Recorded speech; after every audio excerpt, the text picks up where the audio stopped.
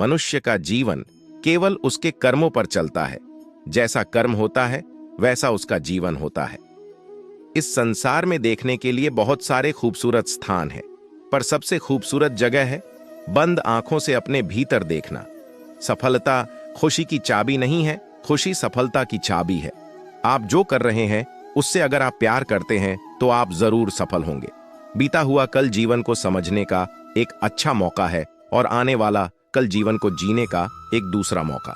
अनुमान मन की कल्पना है और अनुभव जिंदगी का सबक है। सच्ची खुशी तभी होती है जब आपकी सोच, कथन और कर्म में समानता हो। जैसे तेल समाप्त हो जाने पर दीपक बुझ जाता है, उसी प्रकार कर्म के क्षीण हो जाने पर भाग्य भी नष्ट हो जाता है। जब मेहनत करने के बाद भी सपने पूरे नहीं होते तो रास्ता बदलिए। सिद्धांत नहीं, क्योंकि पेड़ भी हमेशा पत्ते बदलता है, जड़ नहीं। मौन सबसे अच्छा उत्तर है किसी ऐसे व्यक्ति के लिए जो आपके शब्दों को महत्व नहीं देता।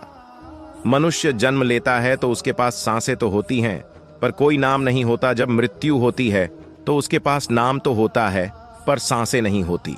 इसी सांस और नाम के बीच की यात्रा को जीवन कहते हैं। न किसी के अभाव में जियो, न किसी के प्रभाव में जियो।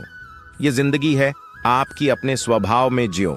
किसी के प्रति मन में क्रोध लिए रहने की अपेक्षा उसे तुरंत प्रकट कर देना अधिक अच्छा है। जैसे क्षण भर में जल जाना देर तक सुलगने से अधिक अच्छा है।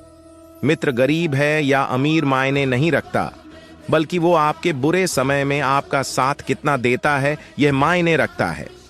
इंसान चाहे जितना भी खुद को व्यस्त रख ले, जिससे वो प्रेम करता है उसकी यादों से नहीं बच सकत।